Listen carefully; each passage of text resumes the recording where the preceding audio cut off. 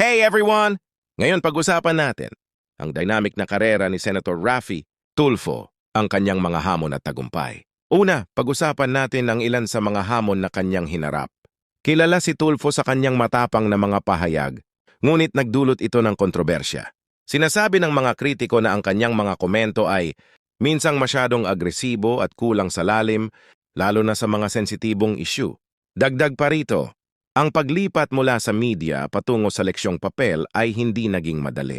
May mga nagtatanong kung mas inuuna niya ang sensationalism kaysa sa seryosong paggawa ng mga pulisya.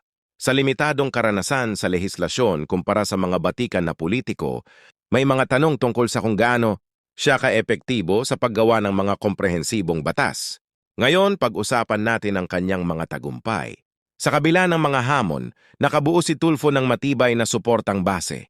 Ang kanyang madaling lapitan ay tumutukoy sa maraming Pilipino, lalo na sa pagtugon sa kanilang pang-araw-araw na mga alalahanin. Nakapagsumait siya ng ilang mga panukalang batas na naglalayong mapabuti ang mga serbisyong panlipunan, ipagtanggol ang mga karapatan ng mga manggagawa at pahusayin ang pampublikong seguridad na nagpapakita ng kanyang pagtatalaga na gumawa ng pagbabago. Ang kanyang focus sa mga marginalized na grupo ay nagbigay sa kanya ng respeto.